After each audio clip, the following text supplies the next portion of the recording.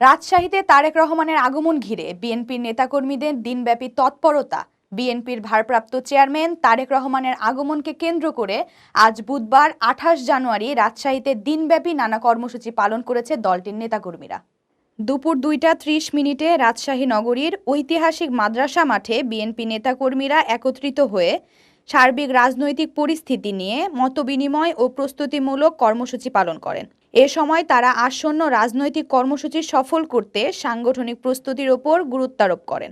নেতারা বলেন, গণতন্ত্র পুনরুদ্ধার ও জনগণের ভোটাধিকার প্রতিষ্ঠায় বিএনপি ঐক্যবদ্ধভাবে মাঠে রয়েছে। তারেক রহমানের আগমন রাজশাহীর রাজনীতিতে নতুন উদ্দীপনা সৃষ্টি করেছে বলেও তারা মন্তব্য করেন।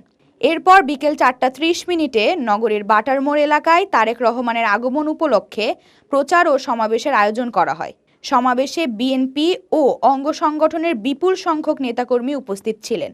সমাবেশ স্থল বিভিন্ন স্লোগানে মুখরিত হয়ে ওঠে।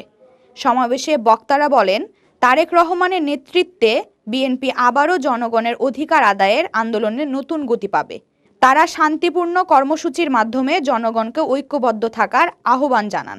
কর্মসূচি ঘিরে নগরীতে দলীয় নেতাকর্মীদের মধ্যে ব্যাপক উৎসাহ ও উদ্দীপনা লক্ষ্য করা যায়। রাবাব ফাইজা, daily citizen voice, desk report.